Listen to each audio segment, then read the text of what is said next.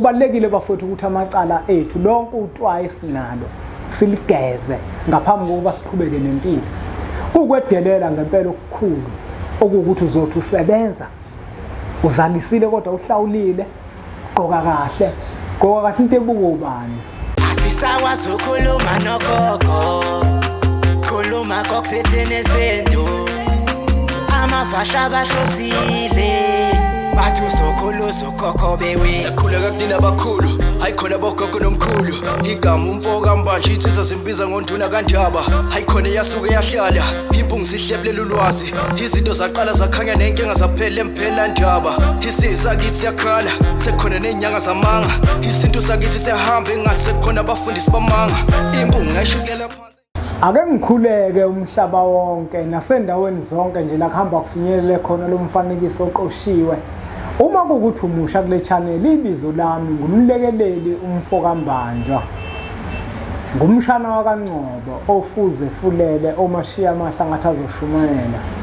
Ngumzukulu kaMdumo igaba elimabanga lizalo uthumbu latshatshatsha, utshatshatsha zalo upheshe, upheshe azalo uMaguyane, uMaguyane azalo uVaphi, uVaphi azalo uNokhonjwa. Mina-ke insizwa zingibiza ngonduna kaNdaba, untombi ziyancumela, unsizwa ziyamkhomba, isilwane esincane saphuma ehlathini ekuseni kovivi sazivuthulula ngoba sigcwele amabethe. Ikholo elikholwa ngenhliziyo engalibhana kancane esontweni ogxamugxamu sathe inkakane lakha lathi ngahamba lithe selositha lathi ngahamba. Ngumjabulelo ukumamatheka komkakhe ngoba njalo memamatheka ukuthi faca umuntu wentombi ezithi zingawubuka kuhluma isihlahla sothando ngaphakathi enhlizweni iqeda isimile omaqede zikhohla amasokana. Inkunzi ekhonye ishaya ishoba zibhongele phansi edlana zemaqede ziyihlaba isinyelele. Inqawe eshunqulwazi ezinye inqawe eshunqa intuthu. Bafowethu nodadewethu kuhlala kuyintokozo kumina ukuthi ngisondele la kwimpunga yeSintu TV okuyi-channel yethu enkulu. Ngokokudabuka-ke mina bafowethu la kwagqitshwa khona inkaba yami. Ngidabuka eDonnybrook ey'ntabeni zaseSandanezwe esigodini sakaMaguyane okanye kwisizwe samaGuyane uNgcobo omkhulu. Ngidabuka kwisizwe sakithi kaMaguyane. Bafowethu nodadewethu kuhlala kuyintokozo kumina njengempunga yeSintu ukuthi ngifike sizocushisana ngezinto ezithinta isintu sethu.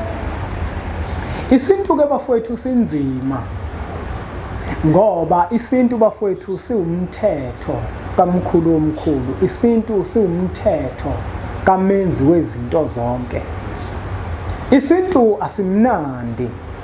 Ngithi angizokubeka lokhu namhlanje bafowethu nodadewethu ukuthi isintu asiwona ushukela ngoba into eba ushukela kuphela imvama into yasesihogweni. Obheka ukuthi kumnandi kanjani ukwenza izinto eziphambene nomthetho. Bese ubheka ukuthi kunzima kangakanani ukugcina umthetho. Isintu-ke bafowethu sifuna into eqondile, isintu sidinga iqiniso. Omunye umuntu kungalula kuyena ukuthi akuphimise kalula ukuthi isintu sekufanele sishintshe sihambisane nenkathi esiphila kuyo. Ngeke isintu sikwazi ukushintsha ngoba masikhuluma ngesintu sikhuluma ngemvelo. Sikhuluma ngemithetho kaNkulunkulu. Uma sikhuluma ngesintu asikhulumi ngento eguqukayo. Sikhuluma ngento emile. Sikhuluma ngento ngeke ukwazi ukuyishintsha. Sikhuluma ngento ekufanele ukuthi uyenze ngaleyo ndlela ekufanele ukuthi uyenze ngayo. Manje ngeke sikwazi ukuthi isintu sishintshe ngoba siwumthetho kaNkulunkulu. uNkulunkulu-ke bafowethu umthetho ubekile akawushintshi. uNkulunkulu ngeke umthetho afika ubeke bese aphinda ubeke. Ungabobona iBhayibheli elifike libhala into kwincwadi endala uma seliyibhala kwincwadi entsha selishintshile ngoba vele iBhayibheli akuyona into kaNkulunkulu, into yabantu. Abantu labo basesihogweni ababhala iBhayibheli leli kuthiwa incwadi engcwele. Akukho ncwadi engcwele. Awukwazi ukuthi ungafika ukhuluma into bese uphinde uyishintshe kusasa bese kuthiwa ungcwele. iBhayibheli incwadi yamaqili. incwadi yezikhohlakali. Asiphiki ukuthi kukhona okuphilisayo phakathi kulona, kodwa inhloso nqangi yabantu balibhala ngokuzoqila nokuzoqola umhlaba wabantu abampisholo namagugu abo wonke. Angizwakali-ke kahle uma ngiyibeka kanje ngithi iBhayibheli incwadi yamaqili, incwadi yezikhohlakali. Ngelinye ilanga nawe uyokwambulelwa lokho ukuthi iBhayibheli liyincwadi yamaqili.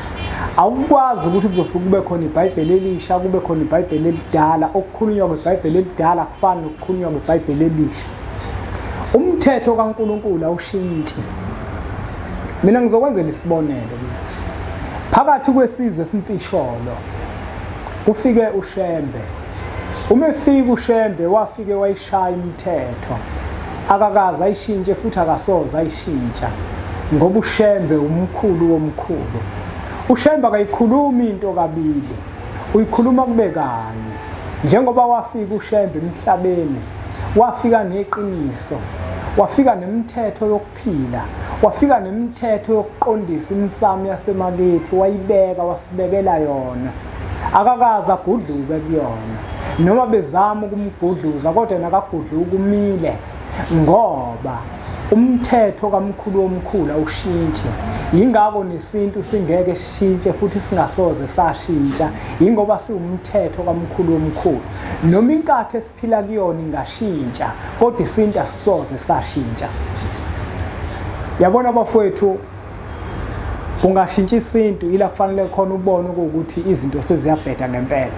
Yebo thina abantu esiphilayo emhlabeni singashintsha isintu sisiguqule ngendlela zethu, kodwa iqiniso kubalekile ukuthi silazi. Yingakho ngithi angenza umfanekiso ngoShembe, ukuthi uShembe mefika emhlabeni wafika nemithetho, wafika wayibeka imithetho yama, akakaza ayishintshe futhi akasoza ayishintsha ngoba uShembe umkhulu womkhulu. Okubuhlungu-ke bafowethu ukuthi abantu iqiniso bayalibalekela, iqiniso abalifuni. Kanjalo nesintu futhi abantu abasifuni ngoba isintu siyiqiniso. Make nje wakhuluma into ewumthetho wesintu, awusuke usugadlile ebantwini. Kanti bafowethu nodadewethu ayikho into ebaluleke njenganokuthi isintu sisiqonde ukuthi isintu siyimvelo. Isintu sisazi ukuthi isintu siyimvelo, asisoze saguquka. Noma ngaze kuthiwe thina siyazibona ukuthi siyahluleka ukuzenza lezo zinto, kodwa kufanele silibalekele iqiniso lokuthi isintu siyiqiniso. Uyabona nje bafowethu, kukhona izinsizwa zinako konke, zigibela imoto ezinkulu, ziphatha ama-cellphone amakhulu, zinemali yonke, ziyaziphuzela utshwala uma ziziphuzele, zigqoka kahle. Kodwa emzini yabantu kunamacala, zizalisile. Uma uyinsizwa wazi ukuthi wake wona ingane yabantu, wathatha umntombi bayo, kusukela manje zama ukuhlela ukuthi uhambe uye bokantombazane uyothetha icala. Lelo cala lelo ngeke liphele ungakayi kuba intombazane uyekulihlawula. Uma uyinsizwa uzalisile, unezingane, usebenza kodwa awuhlawulile, yazi ukuthi unecala elikhulu. Zazi nje ukuthi unecala elikhulu. Kumele wazi futhi ukuthi uyihlo okuzalayo awumhloniphi, umthatha kancane. Uma nje uyinsizwa uzalisile, usebenza kodwa ungahlawulile, yazi ukuthi uyihlo okuzalayo umthatha kancane. Awumboni, awumhloniphi. Negceke lakini awulihloniphi, nethonga lakini elikwembetha awulihloniphi, ulithatha kancane. Kodwa uma ulihloniphi ithonga elikwembethe, uzokwazi ukuthi ubeke imali, uhambe ohlawula icala owalenza emzini womuntu ukuthi uzalise ingane yakhona. Uzokwazi ukuthi uhambe ohlawula emzini womuntu ukuthi wena wona ingane yabo wayithathela ubuntombi bayo, wayithathela igugu layo, ugeze nomuzi wakubo. Kubalekile-ke izinsizwa zakithi ukuthi uma sizibiza ngey'nsizwa bese siyahleleka. Amacala esiwenzile sihambe sowalungisa, singagqoki kahle, singagibeli imoto, siphathe omakhalekhukhwini abaphezulu, ama-iPhone, kodwa emzini esiyonile asihlawulile. Kubalekile ukuthi udayise leyo iPhone uma ukuthi imali awusenayo uhambe uye kohlawula, ngoba lecala owalenza emzini womuntu lokubamba ngelinye ilanga, kwesinye isikhathi lobamba ingane zakho. Kuhleke bafowethu amacala ethu siwalungise kusanesikhathi, ngoba kunomuntu kunamuhla izinto zakhe akaziboni kahle ukuthi ziya kuphi, uyazama ukubamba kuyaphunyuka. Omunye ufuna ukuganwa kodwa manje akuvuma ukuthi agane, kanti kunowesifazane okhalayo namathongo akhe ayakhala, akhala inyembezi ukuthi lo wazalisa ingane yethu waqeda wayishiya kanjalo, wangahlawula ngisho ukuhlawula. Lona wathatha umntombi bengane yethu maqede wangafika ukuzocela intethelelo, simthethelele ageze lo muzi akhiphe nenhlawulo esomhlawulisa ngayo. Kubalekile-ke bafowethu nodade wethu ukuthi uma wazi wena umuntu wesifazane ukuthi usunomntwana, uyitshele lensizwa ukutholisa umntwana ukuthi ayihambe yekini yohlawula iyogeza umuzi. Imizi yagezwa zisizwa zakithi, uma wenza icala umuzi uyawugeza. Uma wonile emzini womuntu kubalekile ukuthi uhambe uye kohlawula.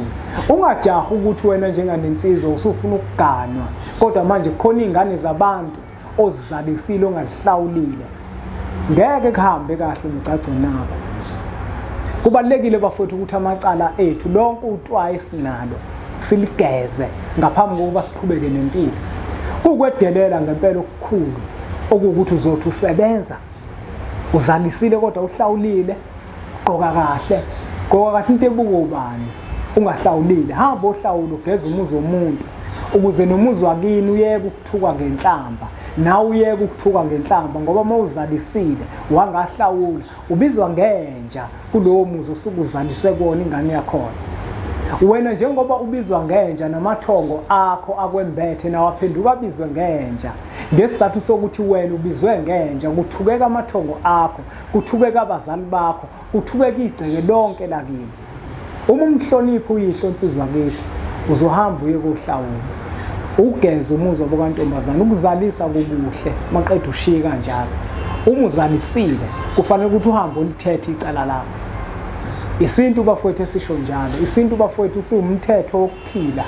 Isintu sifuna ukuthi sihambe ngendlela eqondile ukuze kusasa uma umphefumulo usuhlukene nenyama sihlangane nokhokho bethu basemukele kwelamathongo, sihlale kahle nezingane zethu esobe sizishile emhlabeni zingasali ziyingane ezinenkinga ekufanele zithethe amacala ethu ezingazi nokuthi sasikade siwenze kanjani.